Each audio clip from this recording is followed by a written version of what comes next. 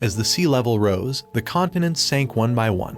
The prosperous civilizations of mankind were submerged and humanity declined. However, marine life flourished in this new world. We see a father with his son diving in the ruins of a city. Our protagonist's name is Boda, and for the moment we do not know the father's name. They were both looking for provisions, and after a while they enter a supermarket. They start taking everything they need, and Boda notices that his father grabbed some forks. He tells him that they already have plenty and there is no need to take more. But his father gives him a great lesson and tells him that even though he may not be able to find a use for them now, when the time comes that they need them, they will be glad to have them. After collecting everything, they retreat to the surface, while Boda tells us that his father calls these places ruins and that in the past they were cities full of people, but now they are nothing more than eerie environments underwater. On the surface, Boda's younger sister was waiting for them. Her name is Lita, and she had been scouting the area to find some birds, since where there are birds there is also land. But apparently they haven't seen any for months, and Boda asks his father if he really believes there is anyone alive besides them.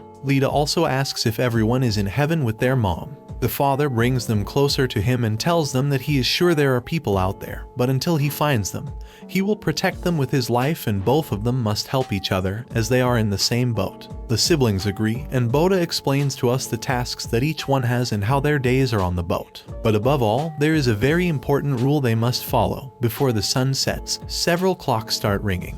This is the signal that they must take shelter inside the boat, no matter what happens. They must do it before nightfall, because once the sun goes down, the atmosphere becomes tense and the boat starts shaking. This is because huge monsters appear outside and surround the boat. They start hitting the boat, and all Boda wants is for them to go away. His father embraces them and tells them not to worry, as they will soon leave. And after a couple of hours, everything calms down and the children fall asleep. Boda takes the opportunity to ask his father if there were also these beasts in the place where they used to live. He answers yes, but there were also harpooners, warriors who fought against the monsters to protect their people. And he was also one of them, and his tattoo is proof of it. Boda asks him what those 6 dots were under the mark, and his father tells him they are stars. But the children don't know what a star is, as they have always been undercover at night. His father tells them that stars are like millions of shiny jewels scattered across the dark sky, and that long ago people used them to navigate. The children fall asleep and the father stays,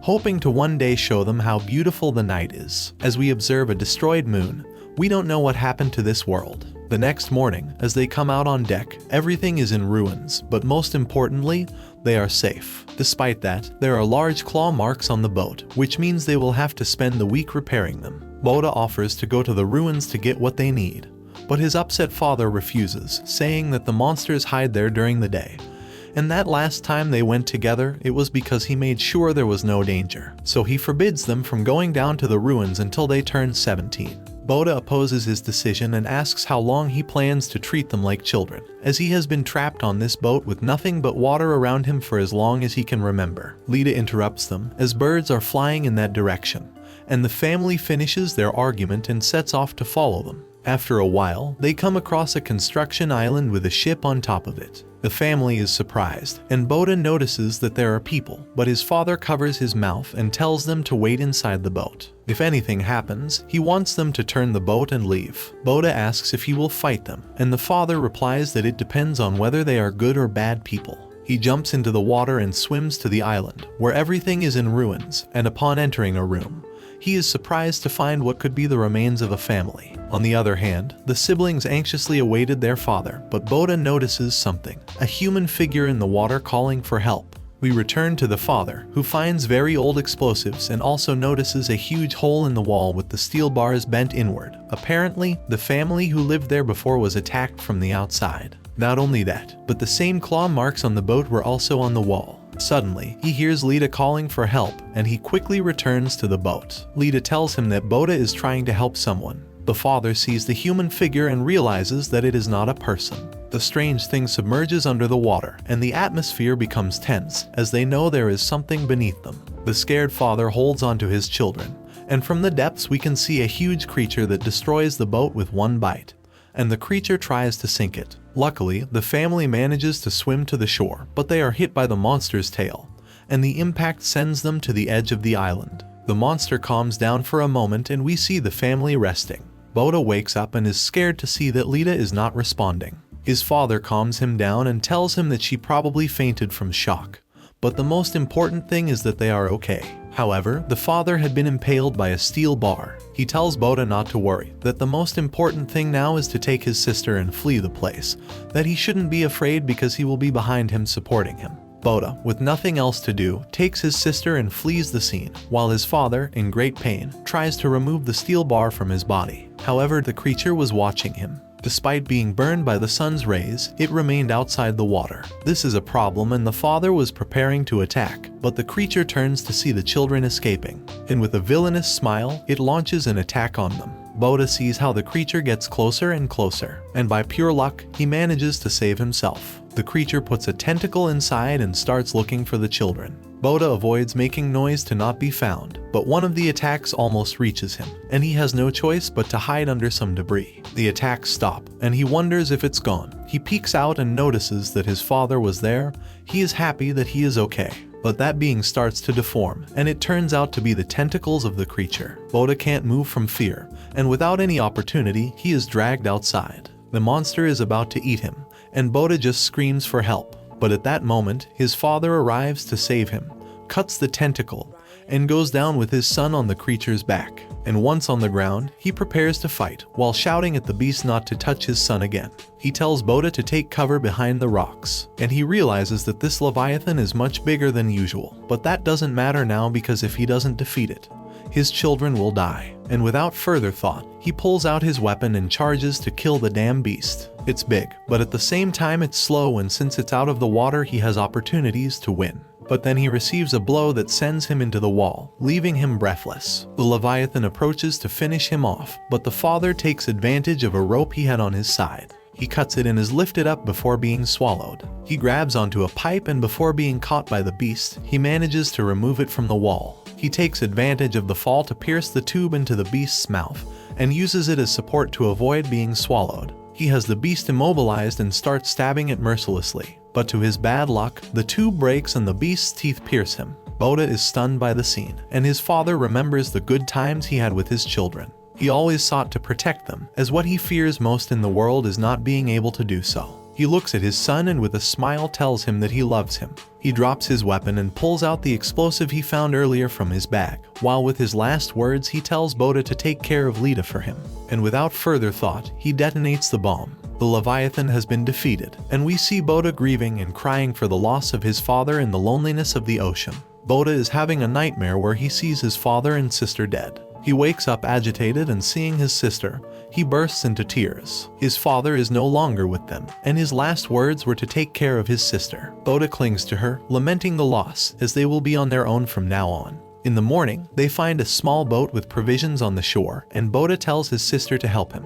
But she asks, "Where is Dad?" Boda remains silent, not knowing what to say. But the girl starts crying, asking why Dad isn't here. Is he with Mom now? Boda also bursts into tears and hugs his sister. Both understand their reality now and must be more united than ever. After this, the siblings start checking the provisions in the boat, but their stomachs are growling as they haven't eaten. Boda looks for something to fish with, and as he lifts a box, some forks fall out. His father's words come to his mind when he told him that they would eventually need them. He sheds some tears, but it's not the time to cry. He prepares an improvised harpoon, and when he is about to dive into the water, he freezes, afraid that the monster is still alive. But just then his sister grabs him and tells him not to go. She doesn't want to be alone. Boda agrees with her, and behind them appears a crab. The kids take advantage of it and cook it, and they have some food for that night. But this can't go on like this. They need a plan to get food and water. So the next day our protagonist applies everything his father taught him, and together with his sister they manage to desalinate seawater. Now it's time to explore the place, and they come across the remains of the previous family. While they go through their things, Boda realizes that there is still an explosive like the one his father used. And remembering how he fought against the Leviathan, he wonders if he too is capable of protecting his sister. Anyway, Boda was preparing his harpoon, since sooner or later he will have to go into the water to hunt.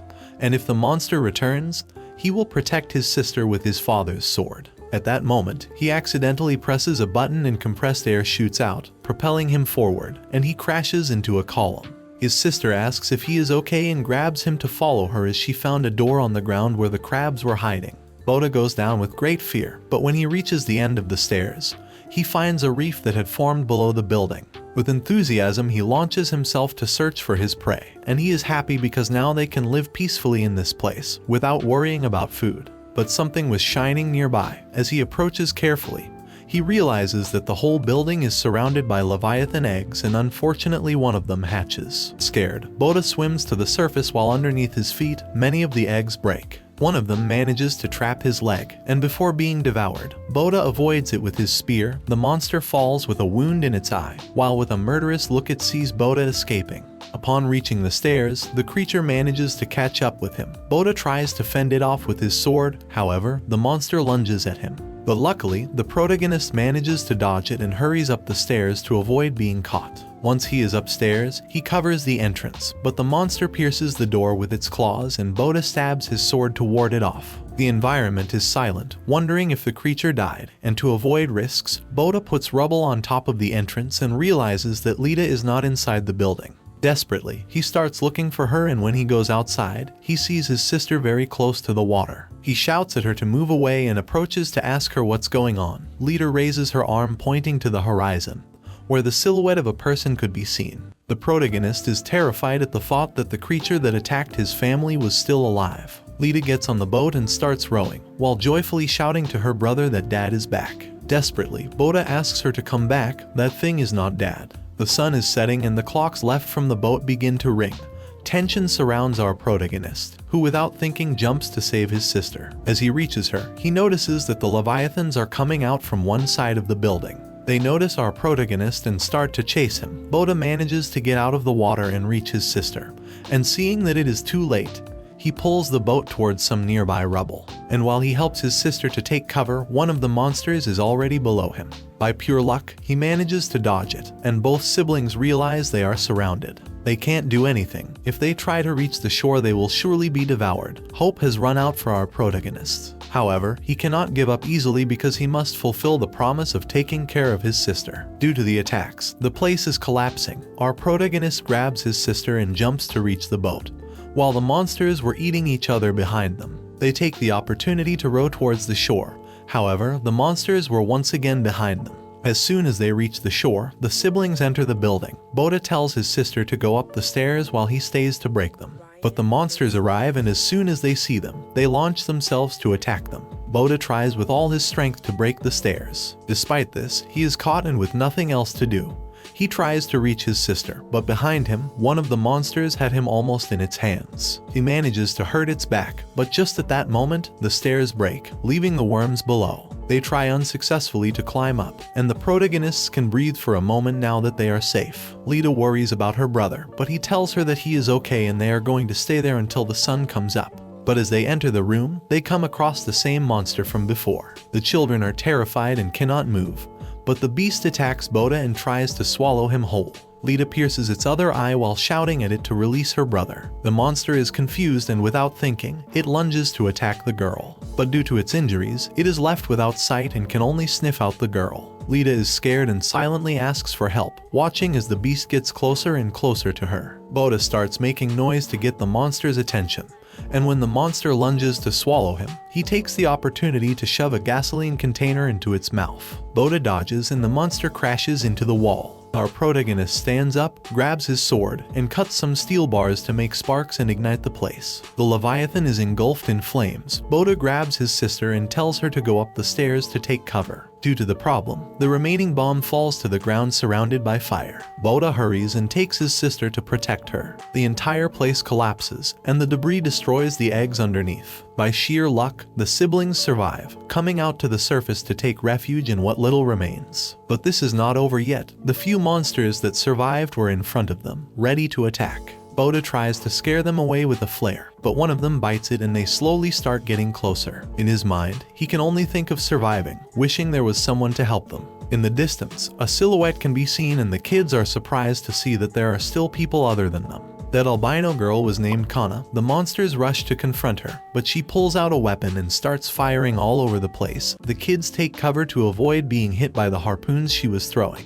But behind them there was still a monster. The children manage to dodge it and Boda draws his sword to attack it. However, the attack fails, the beast grabs his sword and was about to crush him with its claws. Boda doesn't know what to do, but he is saved by Kana's harpoons. She had just run out of bullets and was about to reload, but another beast emerges from the waters. Kana manages to dodge it. However, her weapon falls into the water. More leviathans were coming and she had some cuts on her arm. Furious, she pulls out her swords to fight seriously, and she launches herself to massacre these beasts. Boda couldn't believe how that girl was easily finishing off all those monsters. After finishing with everything, at her feet there were only corpses and a sea of blood. The girl turns to look at the children and tells them that they were very lucky to find a harpooner in open sea. Her name is Kana and she belongs to the Busan Union.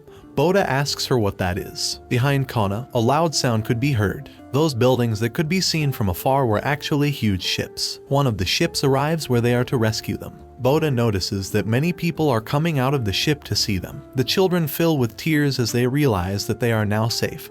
Both siblings hug each other as they have finally found more people after so long. After finding the miraculous island-sized ship, the siblings are surprised when a submarine suddenly emerges from the water. From the submarine comes Brune, one of Kana's companions, saying that she was so fast that they couldn't even catch up with her to support her. In a short time, her team sets out to search the area, making sure that no leviathans are left alive. But they find nothing but bodies cut into cubes. Dr. Foyt examines the corpses, lamenting that Kana didn't leave at least one alive to study. Upon observing the area, he notes that all the leviathan eggs were destroyed, thinking that if they had all hatched, they would really be in trouble. He asks Kana if she crushed them all, but she remains thoughtful and clarifies that she didn't do it. Shortly after, Dr. Foyt is greatly shocked when one of his team members finds the corpse of the beast that was defeated by Boda's father. As they observe the enormous creature of at least 50 meters, Brune asks surprised if he is referring to one of the 7 demons of the sea. The doctor assures him that yes, declaring that the beast is even much more immense than the rumors say. Clearly still stunned by such a discovery, he asks Kana if she alone killed the beast, but the albino again clarifies that she did not do it, with a very puzzled and surprised expression this time. Thoughtful, Kana turns to look at the beast at her feet, and notices the sword that Boda was carrying with him. Meanwhile, the children board a small boat, where Kiho Lee, a public official from the refugee center, interrogates them.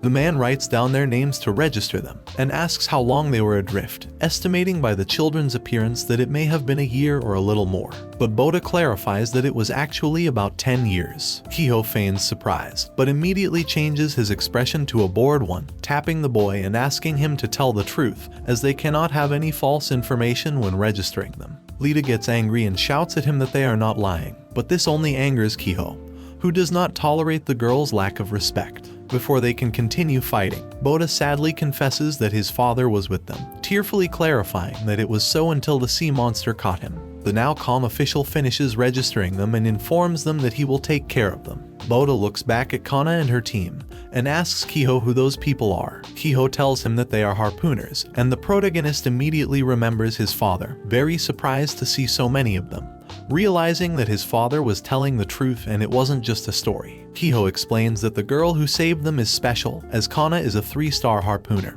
which is really impressive. Harpooners mark the number of sea monsters they have killed on their bodies, and each star represents 100 of these beasts. Countless harpooners die before even obtaining a single star, so that's how impressive the 3 stars on Kana's arm are, as they indicate that she has killed more than 300 sea monsters. Surprised, Boda comments that then 6 stars mean at least 600 sea monsters. But the man laughs out loud, saying that 6 stars are impossible, and the highest ranked harpooner in Busan Union has 4 stars, so if there were a 6-star harpooner, it would already be a legend. However, the protagonist remembers that his father definitely had 6 stars tattooed on his arm, but decides not to comment further on it. Shortly after, they finally get authorization to board the huge vessel. A man hands them a box with the things they managed to recover from the ship they were on. Boda thanks him and prepares to follow Kiho, who explains to him and his sister that they will provide them with a temporary home for now. The siblings are surprised to hear that they can live there, but Kiho warns them that they will have to behave during their stay,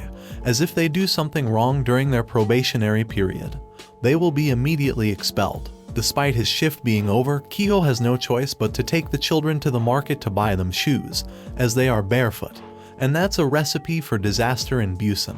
Without even knowing what a market is, the siblings follow Kiho and are amazed when they arrive at the brightly lit and crowded place. As they walk, they marvel at the countless food stalls, people offering their products, and others filling the place with music. Finally, they arrive at the shoe stand, where the vendor informs them that 2 pairs cost 30 nuts, the currency used in Busan, a seemingly expensive price for Kiho, who tries to negotiate, explaining that the children are refugees. However, the vendor does not give in, as the shoes are apparently hard to find.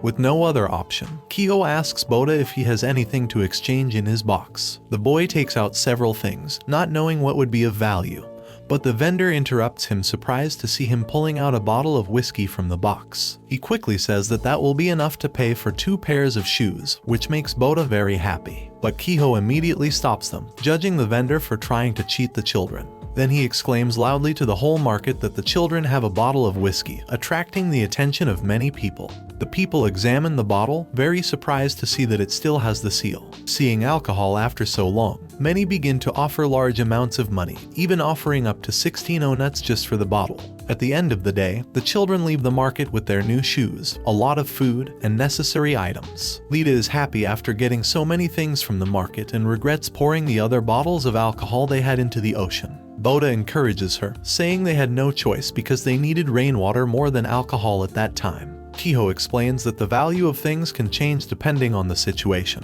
and the only thing they can rely on in Busan is money. With this clear, the children finally arrive at the place where they will stay, a really dirty and abandoned room. Kiho is disgusted to see the state of the place, but is surprised to see that the children love it, very happy that there is a real bed and a window. The siblings are amazed when they look out the window and see a night sky full of infinite stars and nebulas for the first time in their lives. Lita exclaims that the sky is shining, and Kiho explains that it's just stars. Boda thinks of his father with a sad expression, but then smiles with tears in his eyes, remembering how much he wanted to show them the stars someday. On the other hand, that same night Kana meets with Sting, an expert in weaponry who had been examining the sword she handed over to him.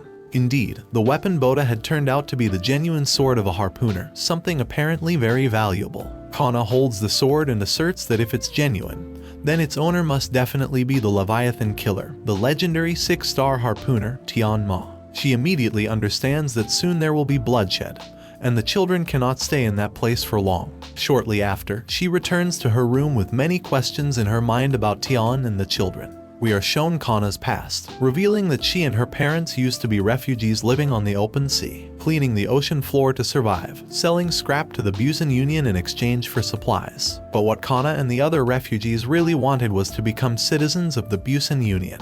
There they could live peacefully, without worrying about monsters or the brutal tide. The life of a refugee was exhausting and cruel, with frequent accidents and injuries, as well as attacks from beasts and deaths every day. The only thing they needed and desperately searched for was a relic, as the Busan Union promised to grant them citizenship if they found one. Kana didn't believe they would find anything in that sea full of garbage, but soon the miracle happened, and they found a true marine treasure, a warehouse with the Masuda Heavy Industries brand, where they found several machines of great value. They were deep-water exploration units developed by the ancient civilization. Kana's parents hugged her with joy, as they would finally become citizens of Busan. Everyone was very happy that they would no longer have to worry about monsters, but soon the nightmare began. A huge beast unexpectedly boarded the ship, killing countless people in a short time, including Kana's mother. The albino girl had to witness her own mother's death in horror, who in her final moments begged her to run and hide. Kana couldn't move, but her father reached her and quickly took her to the ship's cabin, where he sent an emergency message to Busan. After what seemed like an eternity trying to communicate, a member of Busan answered. But despite explaining the situation, the person on the other end of the radio declared that Busan is not responsible for protecting refugees. Kana's father begged them for help, asking them to at least save her, as she is just a little girl and is injured. Despite the desperate pleas, the only response they received was a cold denied. Then they wished them luck and hung up without saying more. As a last resort, Kana's father exclaimed that they had found relics from Masuda Industries, hoping to convince them. But unfortunately, it was too late. Suddenly, one of the monster's pincers pierced through the cabin's roof and grabbed Kana's father. She tried to reach him, but her father told her to stay away. With a heart-wrenching scream, Kana witnessed her father's horrifying death in front of her, leaving her paralyzed after being bathed in blood. Completely in shock, she could only remember how happy her parents were with her before, not understanding how everything turned into that horrible massacre. All hope of living abandoned her, so she simply surrendered and watched the monster's pincers about to end her life. However, she is suddenly saved by Tian Ma, who tells her not to give up on living so easily. Tian was the only harpooner from Busan Union who happened to be fishing in a nearby area and saw them, so he came to help. After leaving the girl with the only remaining refugee on the boat, Tian orders them to use the lifeboat to escape while he distracts the sea monster. With determination, Tian heads towards the beast, wielding his harpoon sword. He dodges several attacks from the monster and takes advantage of one of its moves to release the lifeboat into the water. Then he attacks again but realizes that the creature's shell is thicker than he expected, so he decides to increase the power of his sword.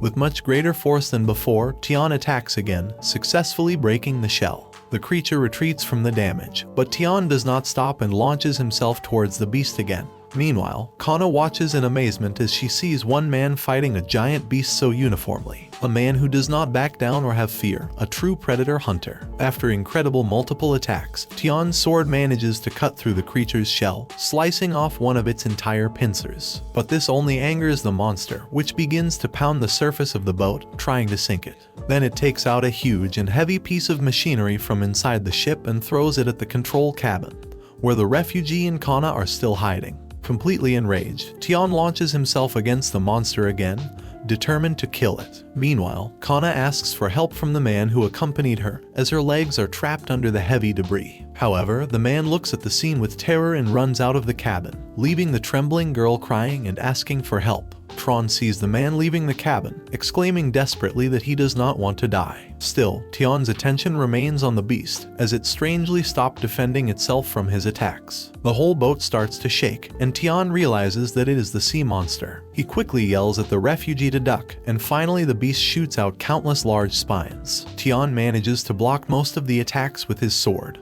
but he gets impaled on the wall by one of the spikes that dug into his arm, and another in his leg. The refugee wasn't so lucky, as he wasn't fast enough and ended up fatally stabbed, losing his life. The creature charges at Tian again, but he manages to dodge it after removing the stake from his leg, the same one he uses to impale the creature's claws, painfully freeing himself from the stake in his arm. Once free, he uses his momentum to spin in the air and attack with all his might again.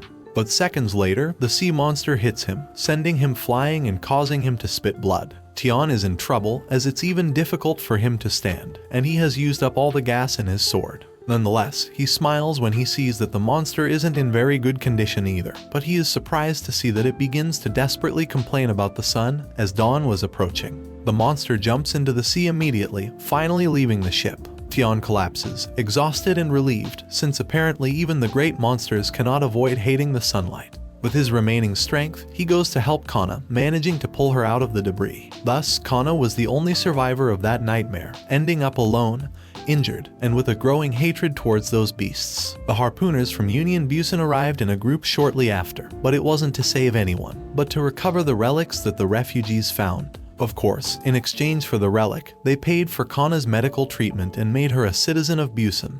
But she wasn't happy about it. Soon after, the citizens of Busan celebrated all the harpooners for recovering a relic and supposedly defeating the leviathan, which apparently was Skudum, one of the 7 demons of the sea. No one cared about the people who died for it to happen, as refugees simply didn't matter to the people of Busan. Without wanting to see anything else, Kana walks with her head down through the huge ship until she overhears some harpooners talking. Among them is Major Dohu, who talks to his companions about how simple refugees are, as they practically work for free just to obtain citizenship. The harpooner tells them that he received the emergency message the day before and laughs as he tells them that he simply replied with a denied. Very proud of his actions, the man says that since everyone died, they got the relic for free. The atmosphere becomes heavy for Kana, who is paralyzed in her place, very impacted by what she just heard. The harpooners look in her direction upon hearing the sound of a bottle breaking. Kana looks at them with a dark expression, holding a broken bottle, and asks the harpooner if he was really waiting for everyone to die to keep the relic.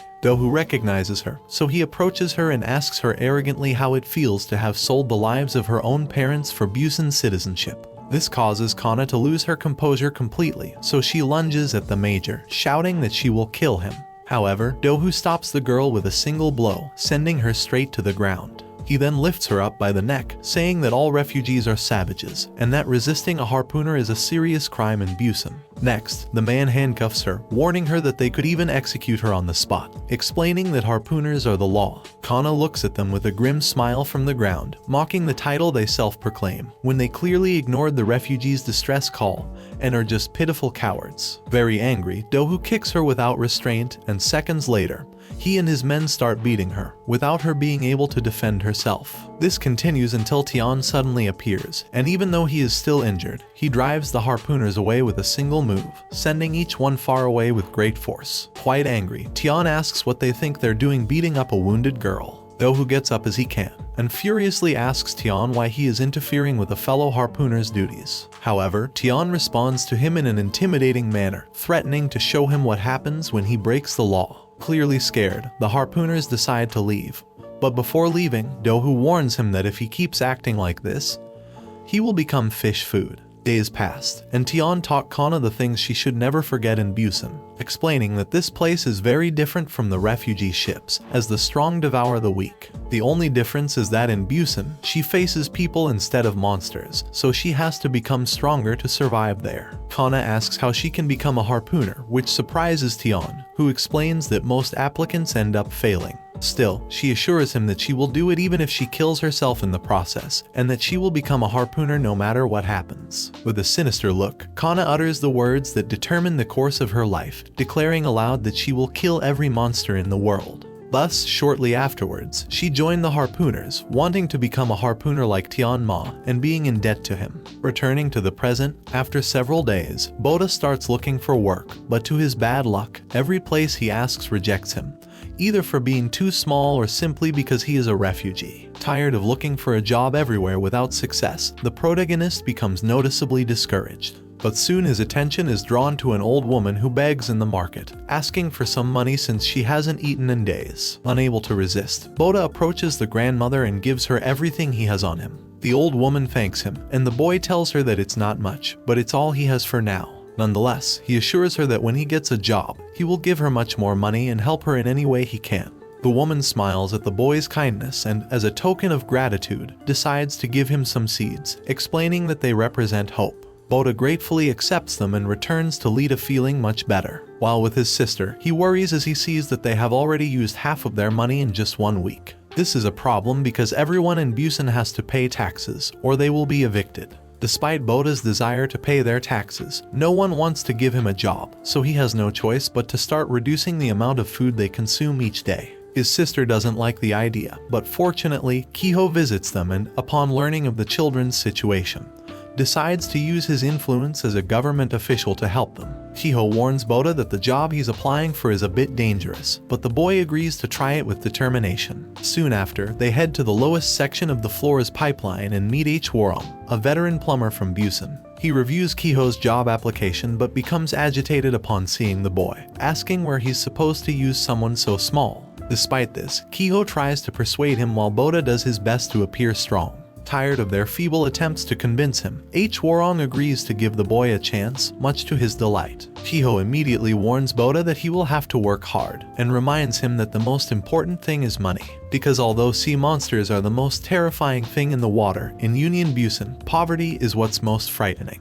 With this very clear, Boda finally heads to his first day of work. The team's objective is to exchange the pipes, but the place is a mess as none of the pipes match the ship's blueprints. The boss says that in that case they just have to make them match and starts working. Shortly after, he talks to Boda about the ship, as it apparently has been in existence for 100 years. He explains that humans built the ship when there was still land in the world, and that they could even build even bigger ships, being an amazing society. However, back then, no one could prevent the comets from colliding. And as a consequence, the ice fragments that fell to Earth after the comet collided with the moon caused the sea level to start rising, after 70 years of constant rain. As the sea level rose faster and faster, people began building ships, and it was called Union Busan, hoping that Busan would return someday. One of the men on the team comments that the ship is even older than boss H. Warong, who has worked there as a plumber for 40 years. Therefore, if they don't keep maintaining the old ship, it will inevitably sink in a short time. Boda is amazed by the story and watches as the team works hard to keep the ship afloat, ensuring a safe place for him and his sister to live. This motivates him enough to work harder and make sure Busan stays afloat. But after a while of working, Boda is surprised to see the floor flooding. Seconds later, one of the drains explodes, releasing large amounts of water. The chief appears alarmed, asking what is happening. One of the team members explains that pipe 3 is clogged, causing the water to flow back. Immediately, Hwarong orders it to be unclogged, but the man tells him that the pipe is too deep and they would have to remove all the other pipes to reach it. Before they can continue arguing, another pipe starts to vibrate due to the strong pressure, and shortly after, it explodes, releasing huge amounts of water. One of the pieces of the pipe is shot and hits another, causing it to explode as well. The place fills more and more with water, and the situation becomes critical. During all the chaos, Lita walks happily through her house, excited to show Boda how clean the place is after she cleaned it. But someone knocks on the door, and of course, she opens it without hesitation, thinking it's her brother. However, 3 harpooners, including Major Dohu, present themselves to her, telling the girl that she looks a lot like her mother. Lita innocently gets excited, asking if he knows her mom. The Major smiles maliciously and tells her that he knew her mother very well, clarifying that he is an old friend of her father. Going back to the protagonist, the situation only worsens, and much of the place is already flooded. The boss ensures that if the water reaches the engine room, they'll be finished, so he takes his flashlight and decides to enter pipe 3. One of his men tells him that he cannot do such a thing, as his old body couldn't handle it. The old man stubbornly insists, ordering them to push him if necessary. But before he can say more, Boda takes the flashlight from him, and with a determined look, tells them he will do it. Both men are baffled, but the boss quickly warns him that if he does that, he will die, as it's not something a novice can handle. Nonetheless, the boy doesn't listen, puts on his diving goggles, and dives into the water, managing to enter the pipe despite the protests of the others. After a few seconds, Boda emerges from the pipe, arriving at a place full of countless entries from other pipes. This confuses him greatly, as he has no idea which pipe he's looking for, and only finds disorder without any connection. On the other hand, the boss thinks of a plan, so he orders his team to take tools and start hitting the pipe to guide the boy. The plan works, as Boda manages to perceive the vibration and noise of one of the pipes, and realizes that they're showing him the way. The boy advances, and manages to get an airbag, which he uses to breathe enough. After recovering oxygen, he continues swimming without wasting time until he manages to find the problem. With an iron bar, he successfully clears the debris, causing the water to flow with great force again. However, an object hits the protagonist's face with force, causing him to release the air he was holding. Unable to breathe, Boda is inevitably swept away by the current. Meanwhile, the boss and the rest of the team celebrate as they see the water starting to recede, indicating that the boy succeeded. But soon their spirits are dampened, and the place falls into a heavy silence. With a sense of terror, the boss asks how long it has been. One of his team members checks his watch and reports that 8 minutes have passed since the boy submerged. The old man stays tense watching the pipe, wondering if he's lost. At 12 minutes, we see Boda shoot out of the pipe, being dragged to the bottom, still unable to breathe. His eyes turn red from the lack of oxygen. He panics as he sees the exit is too far away, and he doesn't have the strength to swim. Boda enters a state of great desperation, but shortly after the lack of air inevitably causes the boy to lose consciousness, giving up the fact that he will die in that place. At 18 minutes, the boss continues to desperately hit the pipe, hoping the boy will return. His team remains silent in the situation, with devastated expressions and a sadly discouraging atmosphere. One of his colleagues stops him shortly after, and with sadness lets him know that 24 minutes have already passed. The old man drops the tool, completely devastated upon hearing that information. Again, the place falls silent, and the boss cannot help but blame himself. However, long minutes later, everyone in the place is stunned to see Boda suddenly emerge from the pipe. The boy gasps desperately for air, with very red eyes, very pale skin, and a look of pure terror. One of the men observes the scene incredulously, declaring that the boy was there for a full 30 minutes. The old man doesn't hesitate to hug Boda tightly, causing the boy to spit out all the water he swallowed. Very relieved and happy, he asks if he found an air pocket in there, which the protagonist confirms, clarifying that he would have died if not. The whole team congratulates and encourages him, very happy that he's okay after all. The boss tells Boda that that's all he needed to see, so he asks him to officially join his team.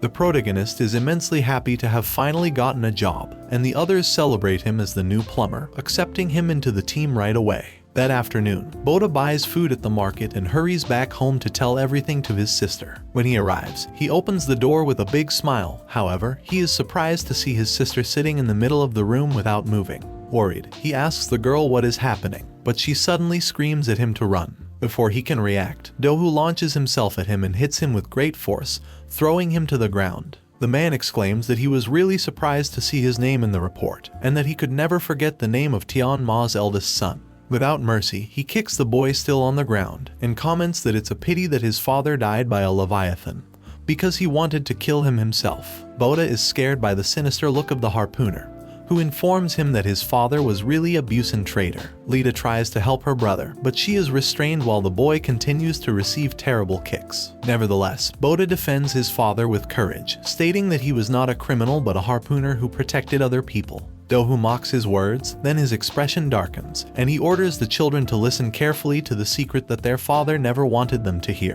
With a crazed look, he reveals to them that the real reason they never met people during the 10 years they were at sea is because their father was running away from them.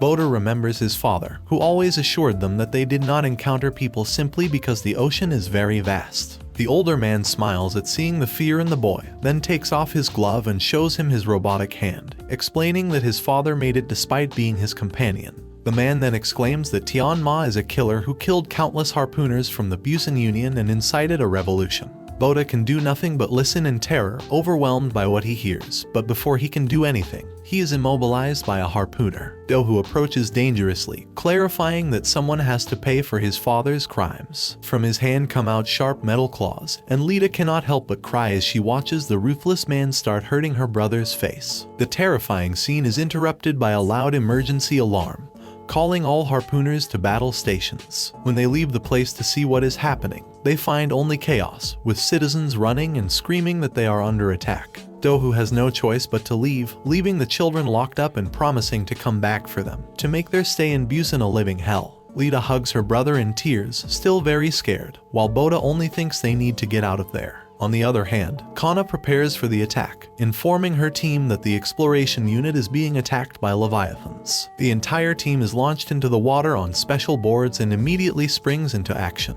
Brune is the first to reach one of the exploration units that were being attacked and doesn't take long to destroy several monsters. After he finishes off the fifth one, the boat clears, and the people who are hiding come out to thank him. The harpooner warns them that it's still not safe to leave, but he is distracted when he sees that his glove is covered in a strange green substance, as is part of the boat's surface. Kana and the rest of the team realize it's mucus that the leviathans excrete, and it prevents them from hurting the monsters with harpoons. The sea monsters gather and try to overturn the exploration unit's boat, but Kana approaches and manages to save a man who was about to be eaten by the beasts. Without wasting time, the albino orders Brune to take the people to a safe place while she will lure the monsters. Saying this, she takes out a flask filled with special pheromones that Dr. Foyd developed. With determination, Kana breaks the flask in her hand without hesitation. Immediately, the leviathans concentrate all their attention on her, and in a desperate attempt, they start following her. Meanwhile, the siblings find a way to escape through some pipes, and after walking at dangerous heights,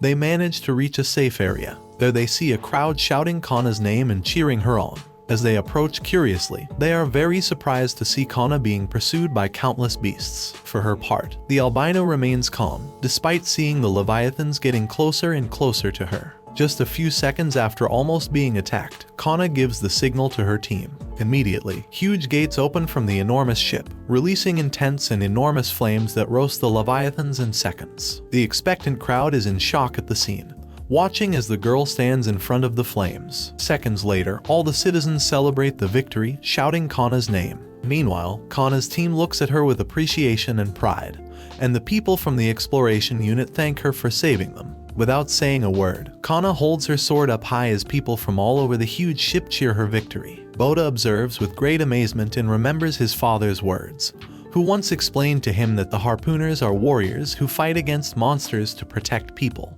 The boy understands that Kana is a true harpooner, but he remembers Do-hoo's words and wonders what kind of person his father really was. Sometime after the disaster, Do-hoo becomes enraged upon returning to the children's house and seeing that they have disappeared. He orders all the harpooners to look for them, no matter if they have to kill them. Boda runs terrified with his sister among the crowd on the ship without a place to hide. They come across a scene of some harpooners trying to take away the old lady who gave the seeds to Boda. The poor granny cries and begs to be let go because she is very sick, but the harpooners ignore her and continue dragging her. The protagonist watches the scene confused, but one of the people in the crowd comments that the old lady hasn't paid her taxes in 3 months, so they are going to kick her out. Even more confused, the boy asks where they are going to kick her out, and a woman explains that they will put her on a raft and leave her adrift, vulnerable to monsters and strong tides. A man stops the harpooners, declaring that he will pay the taxes for the poor woman. The crowd on the ship also raises their voice, asking for the old woman to be released. Boda begins to tremble when he sees Dohu appearing in the scene, so he hides even more. The intimidating harpooner confronts the man trying to help the old woman, accusing him of going against the laws of the Busan Union.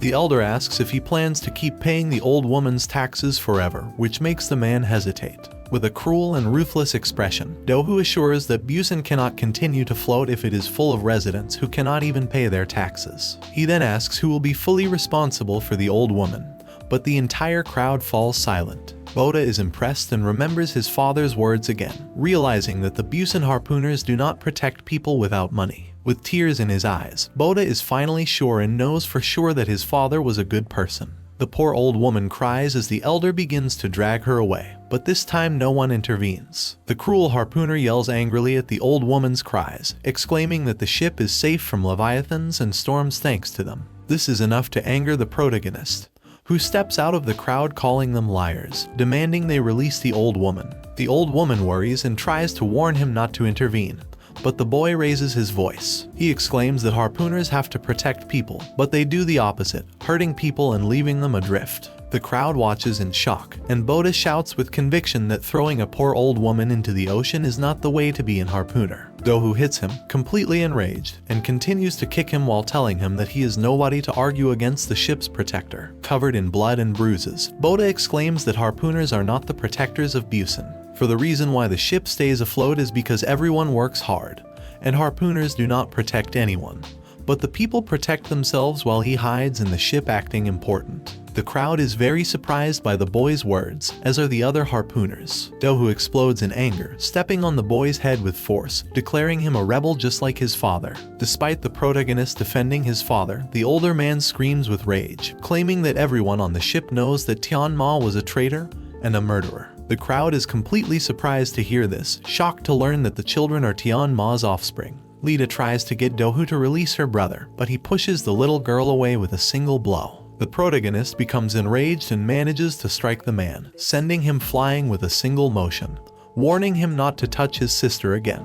The older man gets up furiously, declaring that the protagonist has sealed his fate by resisting and attacking a harpooner. He then aims his weapon at the boy, causing him to tremble, and the old woman cries out in fear for them to let him go. Nevertheless, Dohu does not hesitate to shoot multiple times at the protagonist, but surprisingly, all the bullets are blocked by Kana's swords. The girl stands protectively in front of the children, assuring that they have done nothing wrong. Dohu attacks her, but Kana blocks each attack and defends herself, starting a fight in which she clearly outmatches him. Angry, the harpooner declares that Kana is under arrest for treason, and all the harpooners prepare to attack. But the albino girl pulls out a weapon and starts shooting suddenly, causing the harpooners to duck. In seconds, she manages to shoot the energy generator, causing it to explode and everything to go dark, which she uses as an opportunity to escape with the children and the old woman. Kana knocks out anyone who gets in their way, so they quickly manage to reach a safe place where Kiho lets them hide. The albino leaves the elderly woman with him, informing her that there is some money in her room, enough to help her. The grandma thanks Kana and smiles at Boda, letting him know that she is very happy that Tian Ma's children are still alive. The protagonist then realizes that everyone on the ship really appreciates his father. Kiho explains that talking about Tian Ma used to be a crime in Busan, and everyone is happy to have the opportunity to help his children now. When they hear the harpooners nearby, Kana leaves the place with the children, and with the help of some citizens, they manage to get away. Some harpooners even shoot from the heights, but Kana takes care of protecting the children, even getting shot for them. Boda gets very scared when he sees the girl so injured and starts crying, asking why she goes so far for them. Nevertheless, Kana clarifies that she is simply paying an old debt, so she doesn't have to regret her wounds. Remembering Tian, she decides to share the words he told her one day and explains to Boda that the weak are devoured in this world, so if he wants to survive, he has to become stronger. Soon, they are surrounded by harpooners, but even injured, Kana stands up, determined to protect the children, with great determination and a hostile aura that even intimidates her enemies. Kana tells the children to head to a nearby boat through a crane, as they must leave the place in that boat. The children run while she stays to fight the harpooners with great skill and strength. In a short time, she manages to throw the men off with quick movements, and agilely knocks out most of them, leaving the remaining ones very scared, swearing that the girl is not human. Dohu mocks her for not killing any of them, claiming that with such a level of determination, she won't be able to protect anything. Kana then changes her battle stance and declares that in that case, she will fight him as if he were one of those beasts. This is enough for the other harpooners to decide to stay out of the fight, completely terrified. On the other hand, the leader gets angry and rushes at her, starting a dangerous fight. The man laughs when he notices that the girl is weakened, but Kana takes those seconds of distraction to perform an attack so fast that he can't react. Surprised, Dohu spits blood with multiple wounds throughout his body. Kana looks at him contemptuously and intimidatingly, ordering him to get up, as with that determination he won't be able to protect anything. Dohu gets angry at hearing his own words being used by the girl, so he launches even angrier. Still, in a few minutes, Kana has no difficulty finishing off the remaining harpooners, including Dohu, whom she even tore his hand off. Defeated and barely conscious, Dohu despises and mocks her, revealing that it was a mistake to leave the children alone, as his men already knew about the hidden boat, so they are already waiting for them. Kana is alarmed by his words, so she doesn't waste any more time and starts running, leaving the deranged harpooner laughing loudly. Quickly, the girl arrives at the crane, where she finds the children safe and sound, who had previously managed to get rid of a harpooner by throwing him into the water. Boda warns Kana that there is a leviathan in the water, as he and Lita saw how it ate the previous harpooner. The albino assures them that she will take care of it, but before they can jump on the boat, one of the ship's hatches opens, and the boat that was supposed to help them escape explodes into pieces. Dohu appears with other harpooners, and soon they all start shooting. Kana protects the children with her body, but inevitably, the three fall into the water. However, in the depths, a submarine appears, showing Kana's team, who are waiting for her. With everyone assuming they were dead, Kana and the children are saved, finally becoming free. 4 years later, in a place called Oasis Port, Boda, now 17 years old, carries his father's sword, being much stronger than before. If you've made it to this part of the video, let me tell you that you've been one of the few people to get here. So, comment the word Leviathan in the comments. Remember to subscribe so you don't miss any videos. That being said, see you in the next video.